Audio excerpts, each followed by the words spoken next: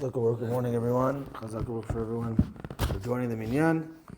Baruchim Abayim. So we are continuing Halachot Shabbat, Siman Reish Mem Chet. Siman Reish Mem Chet topic is Din HaMaflik B'Sfina V'Holech B'Shayara B'Shabbat. Basically, going on a boat over Shabbat. What are the laws with regards to that? So, of course, boats now are much different than they were then. It's like a city now. Certain types of boats. Of course, you have small ones still, etc. But cruise ships, that's probably what comes to mind with these things. But also, back in the day, maybe smaller boats. But let's see what's going on. So, what would be the issue with going on a boat on Shabbat? And there's a few reasons. It's a Gemara Masechet Shabbat that talks about this.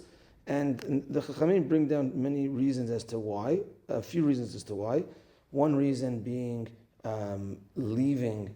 It's just like you can't go from Reshut HaYachid to Reshut HaRabim.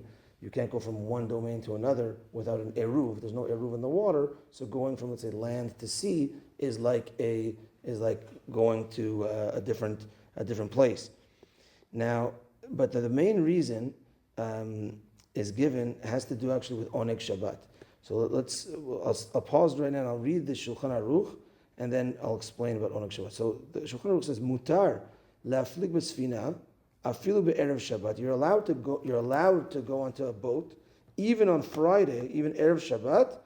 Im holech lidvar mitzvah. If you're going for a mitzvah purpose, and we'll speak about that also further. But here's an interesting thing: uposek imo sheishbot. But tell the captain to stop for Shabbat. So stop for Shabbat, right? Now, a cruise ship, you can't do that, and obviously in that type of situation, and the poskim talk about it, where if you're going to be laughed at or whatever, it's you don't have to. Now, but this is talking about, let's say you had a private little boat, and a guy tells you to go, and you have to go somewhere on Shabbat, so stop on Shabbat. Now, also, what does stop on Shabbat mean? Stop means go back to land, or the next land mass, whatever it is, or stop means stop in the water, right? But it basically means stop and go back to land. But this is basically not applicable unless you have small boats that you're really the one in control of that captain, that non-Jewish captain, obviously we're talking about. And the truth is, even if the guy tells you I'm not stopping for you, then continue going. Don't worry about it. Okay, so again, you're allowed to go on Friday if you're going for a mitzvah purpose. But if, let's say, it's not for mitzvah purpose, it's for vacation. And that's the, let's say general non-mitzvah purpose vacation.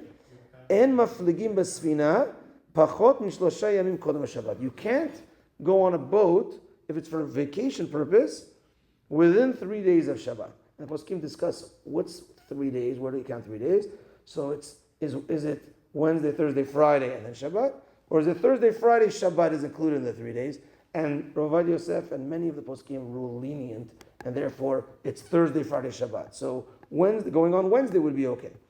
Okay, so if it's for a dvar reshut, vacation, let's call it, non-mitzvah purpose, then you have to go on. You can't go on Thursday or Friday. You have to go on from Wednesday or earlier. What's the reason? And this is the reason of this whole thing, is because it takes 3 days to get used to being on a boat. And as the pasuk says, Yachogu v'yanu kashikor. We say this in tefillah, that you're going to be jumping around, bouncing around like a drunk. And for 3 days, the first 3 days on a boat, you're like a drunk, and you're seasick, and you're not going to enjoy Shabbat. You can't have Oneg Shabbat, and you're going into a situation of bitul of Oneg Shabbat. And so too, another thing is that 3 days it takes you to get used to the smell of the water, smell of the salt. But once you're on for 3 days, then you could properly do Oneg Shabbat.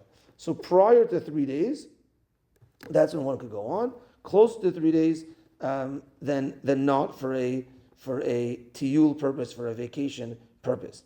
This not just Shabbat, but even Yom Tov is also included in this. Now, we're not finishing all the halachot for today. We're going to break it up with the next few days. We're going to see what's considered a dvar mitzvah, and really, it's quite lenient. The Rama goes with even to see a friend who's you haven't seen a friend, it's going to make him happy to see that friend. That can you consider that dvar mitzvah? If you're going for business, that can also be considered Dvar Mitzvah to support your family.